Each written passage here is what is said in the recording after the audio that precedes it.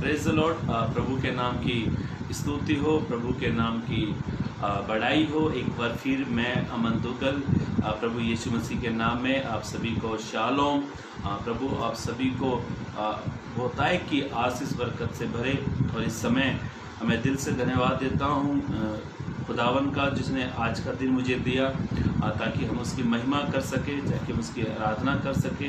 इसीलिए मैं आपसे एक मेरी हम्बल रिक्वेस्ट विनती है, आप अधिक से अधिक इस लाइव सेशन वीडियो को आप लोगों तक शेयरिंग कीजिए, ताकि और भी लोग हमारे साथ में जुड़ जाए, ताकि प्रभु की आराधना, प्रभु की महिमा करें और परमेश्वर की स्तुति करें। तो जल्द से जल्द आप लोगों को जोड़े और अपने साथ में आराधना में शामिल करें। मैं मेरे दूसरे मोबाइल से शेयर कर रहा हूँ, आप जल्द से शेयर करें। उसके बाद हम एक कोरस को गाकर, एक गीत को गाकर हम आगे की अगुवाई के लिए परमेश्वर से प्रार्थना करेंगे। Thank you Lord Jesus. स्तुति स्तुति राजा, थैंक यू फादर, स्तुति स्तुति, thank you Lord Jesus, thank you Lord Jesus, thank you Lord Jesus. Hallelujah hallelujah, स्तुति राजा, स्तुति स्तुति, thank you father, thank you father, thank you father. Hallelujah hallelujah, स्तुति स्तुति राजा, स्तुति। आइए हम एक छोटी सी प्रार्थना करके हम आगे के प्रभु से अगुवाई मांगेंगे। आज का दिन प्रभु ने हमें दिया, और ताकि प्रभु आज के वचन से, आज के गीतों से अब केवल प्रभु को महिमा दे सके। आइए अपनी आंखों को बंद करें। आप जिस स्थान पर बैठे हैं इस समय अपनी आंखों को बंद करें। एक प्रार्थना करके हम आगे की अगुवाई प्रभु से मांगे, क्योंकि मूसा कहता है यदि परमेश्वर में अगुवाई ना करे तो हम आगे हमें कदम ना चले। तो मसीह में विशेष करके प्रभु से हमेशा अगुवाई मांगे। तो मैं विश्वास करता हूँ आज प्रभु हमें अगुवाई करेगा अपने वचन से, अपने गीतों से। तो क्यों ना हम मिलकर प्रभु की महिमा करें, प्रभु की आराधना करें। एक अपनी आंखों को बंद करें और एक प्रार्थना करके हम आगे की अगुवाई प्रभु से मांगेंगे। मेरे जीवित महान परमेश्वर पिता, एक बार फिर तेरे पास में आते प्रभु, आज का दिन प्रभु आपने हमें दिया, उसके लिए मैं दिल से धन्यवाद देता हूँ। जितने मेरे भाई बहन हमारे साथ में जुड़ेंगे प्रभु, जिसके बाद जुड़ेंगे, आप अपने बेटों को, बेटियों को अपनी बरकत, अपनी आशीष से, अपने प्रेम से, अपनी दया कृपा आप करते हो, उसके लिए धन्यवाद। और प्रार्थना करता हूँ प्रभु आप हमारी सहायता मदद करते हो, इसके लिए भी धन्यवाद। जितने लोग जुड़ते हैं प्रभु आप नाम मानो, सबको ब्लेस करें, यीशु के नाम से मांगते हैं, आमीन। आराधना आराधना आराधना आराधना आराधना आराधना आराधना आराधना, आत्मा सच्चाई से आराधना करे, पूरे विश्वास से आराधना करे, आत्मा सच्चाई से आराधना करे, पूरे विश्वास से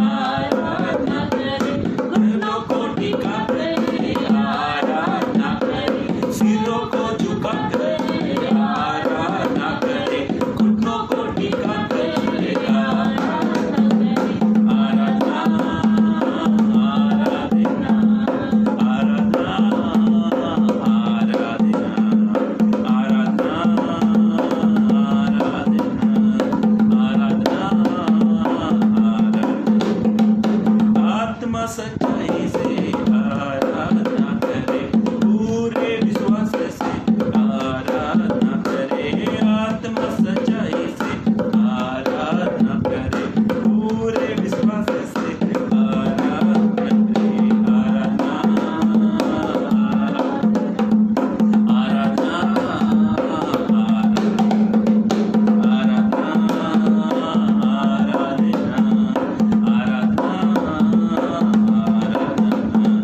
हाथों को उठाकर आराधना करे, सिरों को झुकाकर आराधना करे, हाथों को उठाकर आराधना करे, सिरों को झुकाकर आराधना करे, आराधना आराधना आराधना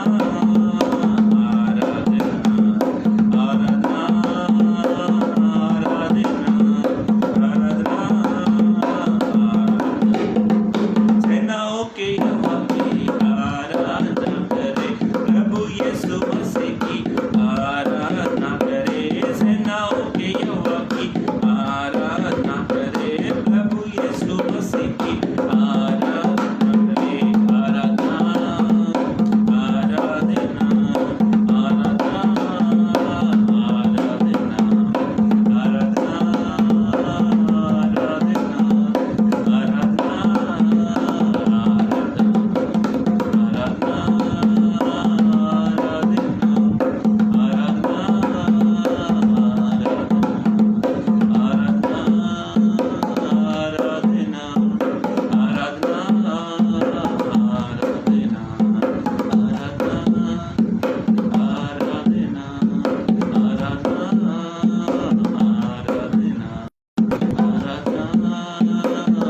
आराधना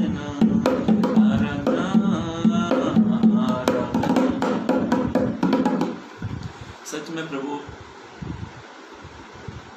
तू आदर, तू स्तुति के, तू महिमा के योग्य है प्रभु। सच में पिता, हम आत्मा सच्चाई से तेरी जब आराधना करते हैं प्रभु, तेरा वचन कहता है यूहन्ना 4:27 में प्रभु, तू ऐसे आराधकों को ढूंढता है प्रभु जो आत्मा सच्चाई से तेरी आराधना करते प्रभु। सच में प्रभु, हम तुझे दिल से धन्यवाद देते हैं। तू आदर, तू स्तुति के योग्य ईश्वर है प्रभु। हम तेरी महिमा करते, तेरी उपस्थिति, तेरा धन्यवाद देते प्रभु। तू हमारे सुर को नहीं प्रभु, तू हमारे दिल को देखता प्रभु। हमारे मन को तू देखता प्रभु, तेरे प्रति किस प्रकार का मन रखते प्रभु। ये बात सच्चे प्रभु, मैं इतना बड़ा सिंगर तो नहीं हूँ, पर मेरा दिल था प्रभु, मैं क्यों नहीं कोरस को गाऊँ, एक गीत को गाऊँ, ताकि प्रभु इस गीत से कल तुझे महिमा मिले प्रभु। जब नूह ने प्रभु जब बलिदान चढ़ाए प्रभु, उसकी सुगंध तेरे नथनों तक पहुँची प्रभु। मैं विश्वास करता हूँ प्रभु, इस गीत से तुझे महिमा मिली, इसके लिए धन्यवाद देता हूँ। इसमें प्रभु जिस वचन से कुछ बातों को सीखने वाले प्रभु, आप हमारी सहायता, आप हमारी मदद करते प्रभु, उसके लिए मैं दिल से धन्यवाद देता हूँ। जितने मेरे भाई बहन जुड़े प्रभु, आप एक एक को ब्लेस करते हैं, उसके लिए धन्यवाद। यीशु के नाम से मांगते हैं, आमीन। आप सभी को एक बार फिर प्रेज द लॉर्ड। एक छोटा सा गीत गाकर हमने प्रभु की महिमा करी। गीत छोटा है बड़ा है, ये बात कभी ध्यान मत करना, पर इतना याद रखना, जो गीत हम दिल से गाते, मन से गाते, तन से गाते हैं, प्रभु उस आराधना को ग्रहण करता है। तो मेरे भाइयों, मेरी बहनों, आज जो जिस विषय पर हम लोग मनन करने वाले हैं, और आप अधिक से अधिक अपने साथ लोगों को जोड़े। और आज का जो हमारा विषय है बड़ा अच्छा विषय है। और यदि आज का मसीह व्यक्ति या और भी कोई व्यक्ति, हर एक इंसान अलग अलग अभिलाषा रखता है। अभिलाषा का मतलब होता है उसकी इच्छा। हर एक इंसान की अलग अलग इच्छा होती है। चर्च में आने वालों की भी अलग अलग इच्छा होती है। किसी को बच्चे की इच्छा होती है, किसी का घर मकान बन जाए उसकी इच्छा होती है, किसी को शरीर से बीमारी से छुटकारा मिल जाए उसकी इच्छा होती है, किसी को चर्च में आते हैं उनको गाड़ी मकान ये मोटर, इनकी अलग अलग प्रकार के, अलग अलग लोगों की अलग अलग इच्छा होती है। क्या आप जितनी भी इच्छा आप चर्च में प्रभु से रखते हो कि प्रभु में मैं आया हूँ, मैं प्रभु से एक इच्छा रखता हूँ, प्रभु मैं सालों से भाड़े पर रहता हूँ, मेरा खुद का घर नहीं है। कई लोग कहते हैं प्रभु मैं इधर उधर भटक रहा हूँ, मेरी खुद की संतान नहीं है। कई लोग कहते हैं प्रभु मैं दिहाड़ी मजदूरी कर रहा हूँ, मेरे पास खुद की जॉब नहीं है। अलग अलग इंसान, अलग अलग लोगों की अलग अलग इच्छाएं होती है। क्या ये सारी जो इच्छाएं आपकी है ये कि जिंदगी भर आपका साथ देगी? मैं ऐसा सोचता हूँ नहीं देगी।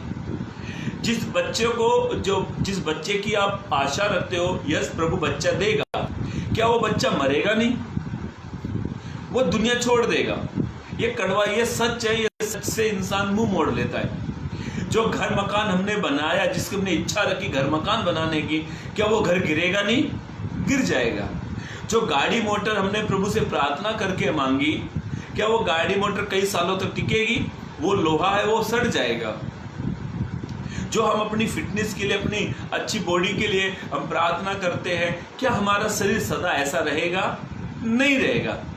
और ये सच है। और कई लोग क्या करते हैं, इस सच से मुंह मोड़ लेते हैं। हमें प्रभु से क्या मांगना चाहिए, हमें प्रभु से कौन सी बात के लिए प्रार्थना करनी चाहिए, और हमें कौन सी अभिलाषा रखनी चाहिए प्रभु के प्रति, और क्या हमारी इच्छा होनी चाहिए प्रभु के प्रति, हम उस बातों की ओर पवित्र कलाम से सुनेंगे। ये सच कड़वा है, आप माने या ना माने, ध्यान से सच कड़वा ही है। मैंने कई लोगों को कहते देखा, मैं प्रभु में आया, देखो मेरे पास खुद का घर नहीं था, देखो मेरे डबल वाला घर बन गया। मैं प्रभु में आया, कई साल हो गए, जब मैं प्रभु में आया मैंने एक इच्छा रखी, प्रभु ने मुझे एक संतान दे दी। मैं इधर उधर भटकता था, मेरे पास गाड़ी मोटर नहीं था, मैंने प्रभु से इच्छा रखी, प्रभु ने मुझे गाड़ी मोटर दे दी। ये जितनी भी चीज हमने प्रभु से मांगी है ना, ये एक भी चीज परमानेंट नहीं है। यस या नो? यस, एक भी परमानेंट नहीं है। ये सारी नासवान है, ये नाश हो जाएगी सारी चीज। तो क्या हमें प्रभु से मांगना चाहिए और किस बात की हमें इच्छा रखनी चाहिए प्रभु के प्रति, हम वो पवित्र कलाम से देखने वाले हैं। आइए मेरे साथ एक वचन को पढ़े और उस वचन से हम ये देखेंगे हमें प्रभु से क्या मांगना चाहिए, क्या प्रभु से हमें इच्छा रखनी चाहिए। आइए मेरे साथ निकाले भजन संहिता, ध्यान से सुनना। भजन संहिता 119, कितना? भजन संहिता 119 और उसका वचन हम पढ़ने वाले हैं 174। कितना हो गया? 174, 174। भजन संहिता 119 और पद हम पढ़ने वाले हैं 174। 174 पद हम पढ़ने वाले हैं। यदि कुछ लोगों को बहुत भजन संहिता जो है 19 अध्याय काफी बड़ा चैप्टर है ये, और उसमें से एक वचन हम पढ़ने वाले हैं। मैं फिर से आपके लिए बोल देता हूँ यहाँ से। भजन संहिता 119, ध्यान से सुनना। भजन संहिता 119 और वचन हम पढ़ने वाले हैं 174 पद। पढ़े 174 पद। हे यहोवा, अब ध्यान से सुनना, यहाँ पर ऐसा लिखा है, भजनकार इस प्रकार से कहता है, वो अपनी इच्छा को प्रकट कर रहा है, वो अपने इच्छा को बता रहा है परमेश्वर के प्रति, उसकी क्या इच्छा है। अब अपनी इच्छा को कहता है, पढ़े। हे यहोवा, मैं तुझसे उद्धार पाने की, वो देखो कितनी अच्छी बात वो कह रहा है, मैं तुझसे उद्धार पाने की अभिलाषा कर। अभिलाषा का मतलब होता है इच्छा। अभिलाषा का मतलब क्या होता है? इच्छा। वो कहता है, मैं आपके लिए पढ़ देता हूं, ए यहोवा, मैं तुझसे उद्धार पाने की अभिलाषा रखता हूं। बोले हालेलुया। उद्धार पाने की हमें एक विश्वासी है, हमें प्रभु से उद्धार पाने की इच्छा रखनी चाहिए। पर हमारी इच्छा क्या है? कुछ अलग ही है हमारी इच्छा, और हमें सिखाया भी वही जाता है। भाई सूरज प्रेमानी ने एक बार एक जगह पर, कहाँ प्रचार करते मुझे तो जगह मुझे मालूम नहीं, पर वो एक बात कह रहे थे, ब्रदर सूरज प्रेमानी, वो कह रहे थे आज के मसीहों को सब उल्टा सिखाया जा रहा है। प्रभु में आ जाओ, बच्चे हो जाएंगे, प्रभु में आ जाओ, घर बन जाएगा, प्रभु में आ जाओ, चंगाई मिल जाएगी, प्रभु में आ जाओ, डबल वाला घर मिल जाएगा, प्रभु में आ जाओ, तरक्की हो जाएगी। यस, प्रभु ये सारे काम करेगा। क्या आपने कभी सोचा ये सारी नासवान चीज है? जो नौकरी आपने मांगी, क्या वो परमानेंट नौकरी होगी? नहीं। जो घर आपने बनाया, क्या वो परमानेंट होगा? नहीं। क्षमा चाहता हूं सबको कहने के लिए, जो बच्चा आपने प्रभु से मांगा, क्या वो मरेगा नहीं? यस, वो भी दुनिया छोड़ेगा। ये सारी चीज क्या होती है? नासवान होती है। तो आज का मसीह, आज का इंसान, आज का व्यक्ति किसके पीछे दौड़ रहा है? नासवान चीज के पीछे। लोग ऐसा कहते हैं, कपड़ा रोटी मकान। कपड़ा रोटी मकान के पीछे इंसान दौड़ रहा है। देखो, रोटी आप कितना पेट भरकर खा लो, चाहे आप यहां तक खा लो, हर एक व्यक्ति को हर 4 घंटे बाद भूख लगती है। हर 4 घंटे बाद एक इंसान को भूख लगती है। ये सारी चीज क्या है जिसके बारे में आपको कह रहा हूं? यदि आप इन नासवान चीजों के पीछे दौड़ रहे हो, तो मैं ऐसा सोचता हूं हमें इनके पीछे दौड़ना बंद करना चाहिए। हमें प्रभु से एक चीज की इच्छा रखनी चाहिए और हमारे अंदर एक अभिलाषा होनी चाहिए, हे प्रभु, मैं तुझसे उद्धार पाने की आशा रखता हूं। उद्धार पाने की आशा रखो। उद्धार पाने की आशा का मतलब छुटकारा पाने के लिए मेरा पूरा उद्धार हो जाना चाहिए, मेरे घराने का उद्धार हो जाना चाहिए, मुझे छुटकारा मिल जाना चाहिए, मुझे सल्वेशन मिल जाना चाहिए, मुझे मोक्ष मिल जाना चाहिए। और हमारे मन में हमारी इच्छा यही होनी चाहिए, हे प्रभु, मैं तुझसे उद्धार पाने की इच्छा रखता हूं। और आज मसीहत में क्या हो रहा है? सब उल्टा ही हो रहा है। मसीहत में 90% लोग क्या कर रहे हैं? उल्टा ही कर रहे हैं। मेरे भाइयों, मेरी बहनों, ये सच है और सच हमेशा क्या होता है? कड़वा होता है। क्षमा चाहता हूं ये वर्ड को बोले, क्योंकि कई लोगों ने प्रार्थना करके बच्चे भी मांगे हैं। बोले कि भाई क्या कह रहा है? पर ये सच का है। हमें यदि हमने बच्चा मांग लिया है प्रभु से, तो हमें उसके लिए प्रभु से उद्धार पाने की इच्छा भी रखनी चाहिए। ध्यान से सुनो मेरे भाइयों, मेरी बहनों, उद्धार जो है ना, वो फ्री में है। उद्धार जो फ्री में है, छुटकारा जो फ्री में है, मोक्ष जो है फ्री में है, सल्वेशन जो फ्री में है। यीशु मसीह वो नहीं करता कि तुम आ जाओ, तुम इतना मुझे 11,000, 50,000, 60,000 रुपये दो, मैं तुम्हें छुटकारा दूंगा। नहीं, यीशु मसीह ये सब नहीं मांगता। यीशु मसीह चाहता है कि हर एक व्यक्ति मुझसे उद्धार पाने की आशा रखे। हमें उद्धार पाने की आशा रखनी चाहिए। आज क्या होता है घरों में? एक घर में मान लिया जाए 5 लोग हैं। एक घर में कितने लोग हैं? 5।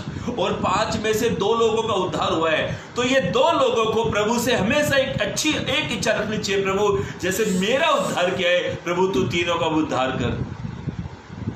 प्रभु तू इन 3 लोगों का भी उद्धार कर।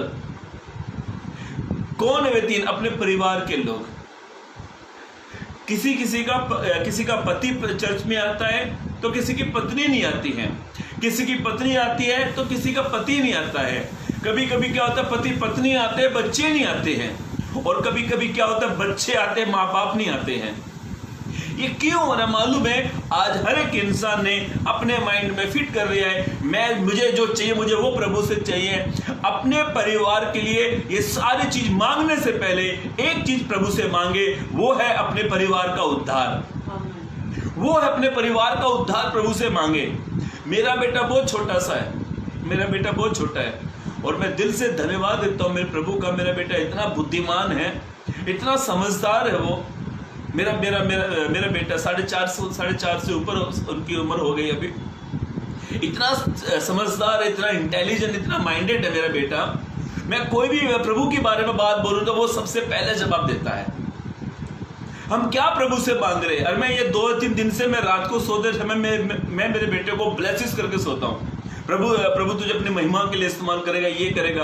और मेरी इच्छा ये है कि जैसे मैंने उद्धार को पाया है, जैसे मैंने सल्वेशन को पाया है, जैसे मैंने छुटकारा पाया है, तो मेरा कुटुंब भी छुटकारा पाना चाहिए। क्या हम करते हैं कभी अपने परिवार के लिए प्रार्थना? यूपी में कहावत है, यूपी की एक कहावत है, घोड़ी अपनी पूंछ के बाल बढ़ाएगी तो अपनी मक्खी उड़ाएगी। अब ये यूपी के लोग कहते हैं भैया ये सच है कि मुझे तो मालूम नहीं। मैं भी कई बार एक्चुअली मेरे ससुराल वाले यूपी के हैं, तो वे हमेशा इस बात को कहते हैं, और खास करके मेरा ससुर कहता है इस बात को। क्या हुआ? घोड़ी अपनी पूंछ के बाल बढ़ाएगी तो अपनी मक्खी उड़ाएगी। कहने का मतलब है घोड़ी जब पूंछ के बाल बढ़ाएगी ना तो वो अपने फायदे के लिए बढ़ाएगी, ना कि दूसरे की मक्खी उड़ाने के लिए। छोड़ो इस घोड़ी के पीछे मैं कहाँ गया। ध्यान से सुने, हमें अपने परिवार के लिए क्या रखनी चाहिए? उद्धार पाने की आशा। यदि आपके परिवार में आधे लोगों का उद्धार हुआ है, आधे लोगों का छुटकारा हुआ है, आधे लोगों ने उद्धार को पाया है, तो हमें एक आशा रखनी चाहिए, प्रभु जैसे आपने मुझ पर कृपा करी है, प्रभु आपने मुझ पर अनुग्रह किया है, प्रभु आपका अनुग्रह मुझ पर हुआ है, वैसे ही तू मेरे परिवार पर कर। मालूम है मुझे एक घटना बहुत अच्छी लगती है। अय्यूब जो था ना, अय्यूब जो था वो प्रतिदिन क्या करता था? अपने बेटों के लिए क्या करता था? अय्यूब बलि चढ़ाता था, बलिदान देता था। ध्यान से सुनो मेरे भाइयों मेरी बहनों, यदि आप एक मसीह है, विश्वासी है, आपके घर में आधे लोगों ने उद्धार पाया है, आधे लोग नहीं आ पा रहे प्रभु में, तो आप प्रभु से एक इच्छा रखें कि प्रभु जैसे आपने मुझ पर कृपा की है वैसे ही मेरे पत्नी पर कर, वैसे ही मेरे बच्चे पर कर, वैसे मेरे पति पर कर, वैसे ही मेरे कुटुंब पर कर। हमारे अंदर एक इच्छा होनी चाहिए। वो कौन सी इच्छा होनी चाहिए? उद्धार पाने की इच्छा।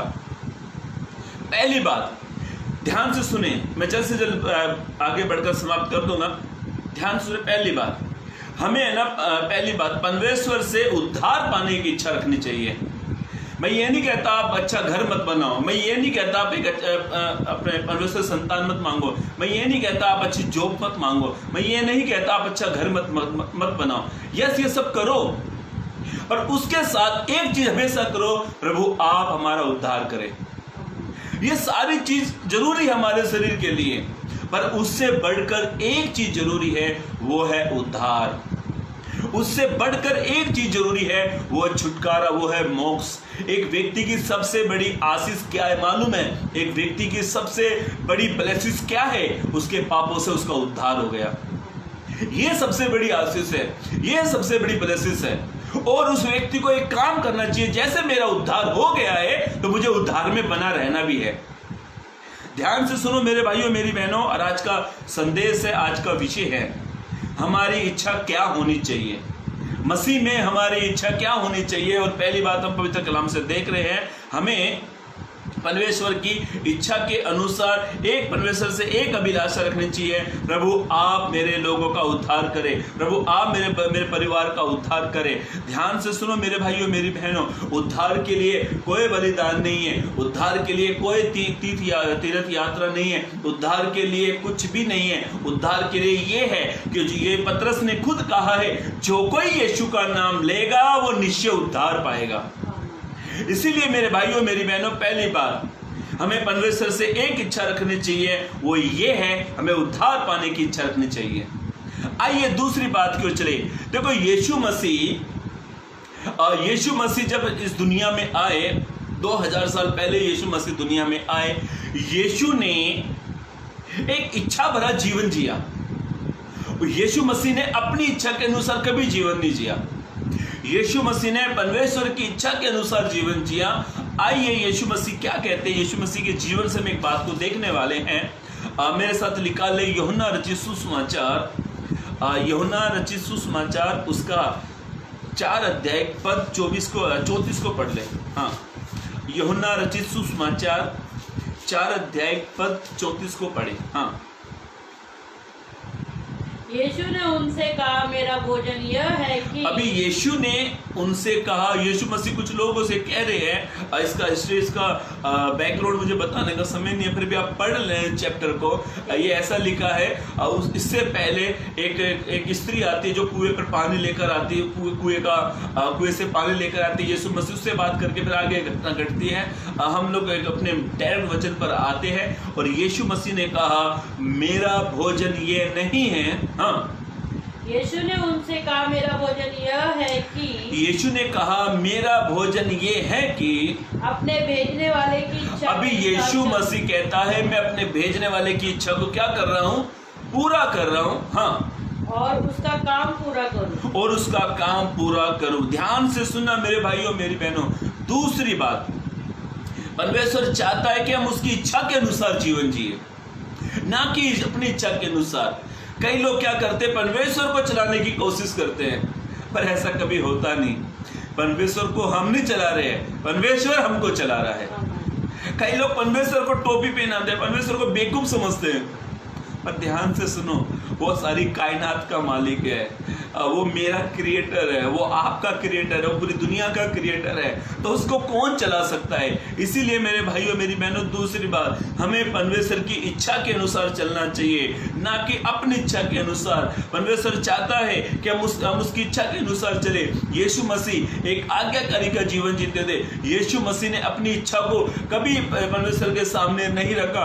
यीशु मसीह खुदा की इच्छा के अनुसार काम करते थे। और ध्यान से सुनना मेरे भाइयों मेरी बहनों, एक वचन और पलेसी का, यूहन्ना रचित सुसमाचार उसका 5 अध्याय पद 30 को पढ़े। यूहन्ना रचित सुसमाचार 5 अध्याय पद 30 को पढ़े। हाँ, मैं अपने आप से कुछ नहीं कर सकता। यहाँ पर ऐसा लिखा है, यीशु ने कहा मैं अपने आप से कुछ नहीं कर सकता, जैसा सुनता हूँ वैसा न्याय करता हूँ। जैसा मैं सुनता हूँ वैसा मैं न्याय करता हूँ, और मेरा न्याय सच्चा है। और यीशु मसीह कहते हैं मेरा न्याय सच्चा है, क्योंकि मैं अपनी इच्छा नहीं, क्योंकि मैं अपनी इच्छा नहीं, परंतु अपने भेजने वाले की इच्छा चाहता हूँ। परंतु मैं अपने भेजने वाले की इच्छा को चाहता हूँ। अभी ध्यान से सुनो, देखो एक सोल्जर जो होता है ना, एक सोल्जर जब फौज में भर्ती होता है, जब एक सोल्जर फौज में भर्ती होता है, तो सरकार उससे क्या रखती है उसके प्रति इच्छा, कि ये अच्छा सोल्जर है अपने देश के प्रति। ध्यान से सुनना, जब सैनिकों को फौज में भर्ती करा जाता है ना, और वो सैनिक से सरकार क्या इच्छा रखती है कि ये अपने देश के प्रति वफादारी से काम करे। और कुछ लोग होते हैं जो अपने देश के लिए अपने भेजने वाले को, जो उसको फौज में भर्ती करते हैं, उनको इनकी इच्छा को पूरी करते हैं, जैसा वो उम्मीद रखते हैं वैसा वो काम करते हैं। हमारे गांव में एक व्यक्ति था, उसका नाम मुझे याद नहीं आ रहा, वो फौज में भर्ती तो हुआ, फौज में भर्ती हुआ, और जैसे भर्ती हुआ, मुझे नाम स्मरण नहीं आ रहा, और जैसे वो भर्ती हुआ कुछ महीने के बाद रिटर्न भाग कर आ गया। और जब वो फौज में भर्ती हुआ था ना, तो उसके माँ बाप बड़े सपने देख रहे थे, अभी हमारा बेटा ये फौज में है, अरे रुतबा हो गया है। गांव में सब कहते हैं अरे फौजी की माँ, अरे फौजी के पिताजी, ये सब रुतबा होता था। भाई लोग सोचते थे अरे फौजी का बेटा, अरे फौजी का भाई है, अरे फौजी की बहन है, ये एक रुतबा हो जाता था। और इनका भी कॉलर टैट होता था, अरे मेरा भाई फौजी है, मेरा बेटा फौजी है, मेरा कुटुंब है, मेरे घर में से कोई एक फौजी हो गया। तो ध्यान से सुने, यदि वो अपने भेजने वाले की इच्छा को पूरी नहीं करता, तो वो कुछ उसको भर्ती करने का कुछ काम है, भर्ती करने का कुछ काम हुआ नहीं हुआ। ध्यान से सुने मेरे भाइयों मेरी बहनों, आप और मैं यीशु मसीह में भर्ती हो चुके हैं। हमें केवल यीशु की इच्छा के अनुसार चलना है, ना कि अपनी इच्छा के अनुसार। दूसरी बात हम देख रहे पवित्र कलाम से, हमें परमेश्वर की इच्छा को पूरी करना है। और मुझे सबसे अजीब एक वर्ड लगता है, और वो वचन मैं आपके लिए बता देता हूँ। यूहन्ना मत्ती रचित सुसमाचार आप 26 अध्याय 41 और 42 से आप पढ़ते हो, जब यीशु मसीह गसमनी बाग में प्रार्थना कर रहे थे। यीशु मसीह गसमनी बाग में जब प्रार्थना कर रहे थे, तो प्रार्थना ऐसे कर रहे थे, यीशु के ऊपर एक बड़ा जवाबदारी आई। यीशु मसीह के ऊपर एक जवाबदारी थी कि वो पूरे मानव जाति का क्या करे, उद्धार करे। और यीशु को यह काम सौंपा गया। कई बार क्या होता है, चर्च में कुछ लोग इतने अच्छे होते हैं, जिनको पास्टर कुछ काम सौंप देता है तो उस काम को बड़ा ईमानदारी से करते हैं। कुछ घर में ऐसे मुख्य लोग होते हैं जिसको कुछ काम सौंप देते हैं, वो उसको पूरा कर देते हैं। मेरे घर में मेरी मम्मी या कुछ भी काम होता है, सबसे पहले मुझे फोन बताते हैं, अमन ये करना, अमन वो करना है। ससुराल में भी ऐसा ही है, यहाँ तक कि बच्चे का भी बर्थडे होगा ना, मुझे फोन करेंगे क्या बनाया जाए, क्या खाया जाए।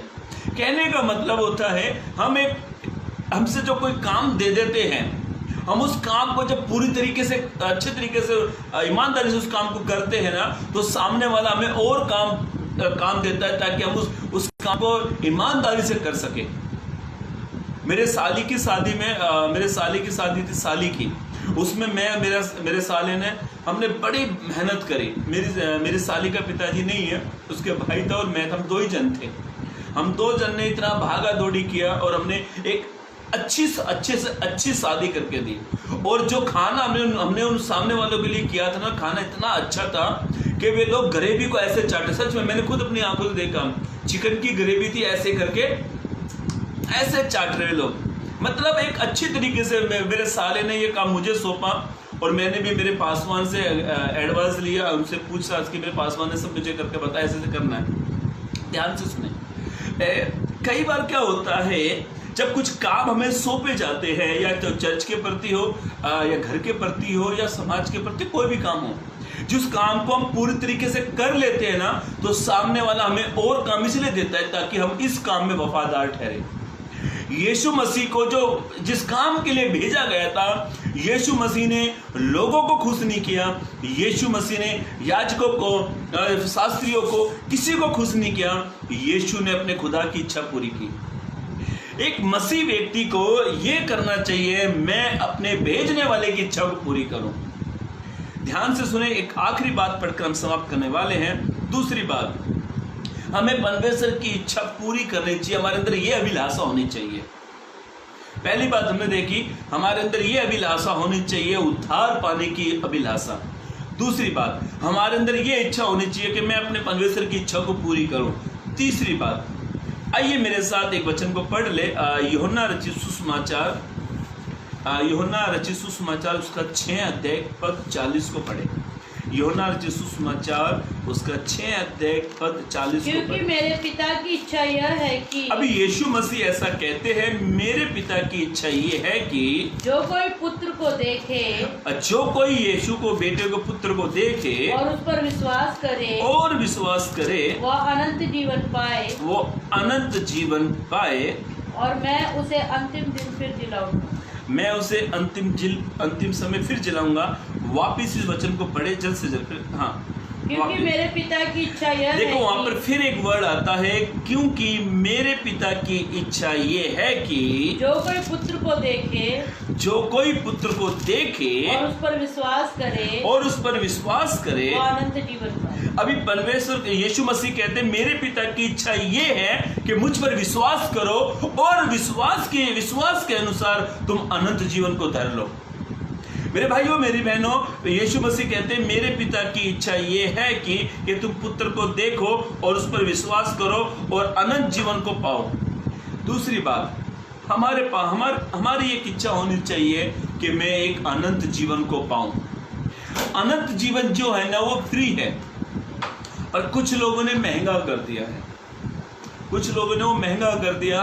कोई कितने से कितना बड़ा पियक्कड़ या दारू पीने वाला या ड्रिंक करने वाला मर जाता है, तो उसके नीचे लगते हैं स्वर्गीयवासी, सीधा स्वर्ग में गिर गया। ध्यान से सुने, एक व्यक्ति को स्वर्ग में जाने के लिए विश्वास और उसके द्वारा एक इच्छा रखनी चाहिए कि मुझे स्वर्ग में जाना है। यह स्वर्ग जो है वो फ्री है, उसके लिए कोई कॉस्ट नहीं है, उसके लिए कोई दाम नहीं है।